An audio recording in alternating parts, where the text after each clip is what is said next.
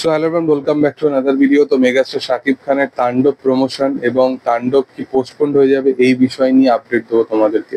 দেখো, মূলত গতকাল থেকেই বা বেশ কিছুদিন ধরেই একটা আপডেট উঠে আসছে যে তাণ্ডবের প্রমোশন হচ্ছে না, তাণ্ডব এরকম এত বাজে প্রমোশন।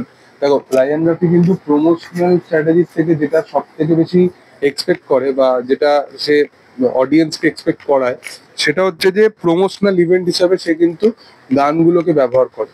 এটা কিন্তু আমরা বারংবার হতে দেখেছি। সে কিন্তু আগে সেকেন্ড ট্র্যাকটাকে নিয়ে এলো এই কারণে, টাইটেল ট্র্যাকের পরে এই আইটেম নাম্বারটা নিয়ে এলো। তার পিছনে রিজনটাই হচ্ছে এটা কিন্তু একটা প্রমোশনাল ইভেন্ট ওয়াইজ গান। তো সেই জন্য প্রমোশন নিয়ে আমার মনে হয় না যে কোনো তার প্রতি কোনো রকম ভাবে সন্দেহ করা উচিত। কারণ সে জানে যে কি কি করতে হবে।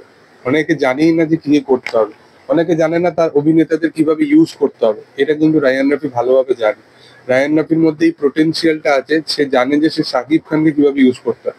তুমি দেখো যে শাকিব খানকে যতবার তাণ্ডবের ক্ষেত্রে দেখানো হয়েছে, প্রচন্ড রেজ ভাবে দেখানো হয়েছে। মানে ক্যারেক্টারটা প্রচন্ড একটা ক্যারেক্টার, খুবই রেজফুল একটা ক্যারেক্টার। বাট সেই ক্যারেক্টারটারও একটা সাইড আছে, যে সাইডটাকে কিন্তু এইভাবে দেখানো হলো, মানে গতকালকের গানটাতে। তো এই এই জিনিসগুলো কিন্তু সে ক্যারেক্টার ব্রেকডাউন কিন্তু বারংবার করে থাকে রায়ান রাফি, এটা কিন্তু দেখে ভালো লাগে। এবং এর সাথে সাথে সাবিলা নূরকে যেভাবে প্রেজেন্ট করেছে, সে দুর্দান্ত। মানে এখনো কোনো সিনেতে, কোনো ফিল্মের সিনেতে কিন্তু আমরা সাবিলা নূরকে দেখতে পাচ্ছি না যে ক্যারেক্টারটা কি, কে কিভাবে বিলং করে, কোথা থেকে বিলং করে, অ্যাকচুয়ালি মেগাস্টার শাকিব খানের কোনো ফিমেল অ্যাক্ট্রেস হিসেবে সে থাকবে কিনা, এই বিষয়গুলো অবশ্যই থাকে।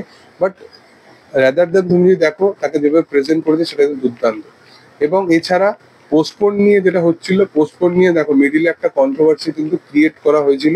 সেটা কিন্তু পুরোপুরি একটা রটনা ছিল। এবার যদি হয়েও থাকে, মেকার্সরা জানে যে আমাদের সামনেই সিনেমা মুক্তি পাওয়ার ব্যাপার আছে, তো সেই বিষয়টাকে নিয়ে তারা বেশি তাবাজ্জু দেয়নি। বাট একটা ক্রিয়েট করা হয়েছিল যেখানে অবশ্যই নিশোর ক্যামিও নিয়ে একটা ব্যাপার ছিল।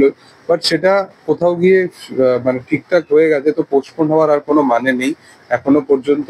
এই সিনেমাটা আসার জন্য সব থেকে ভালো ডেট যেটা, সেটা এটাই, কুরবানি ঈদের সময় আসবে সিনেমাটা।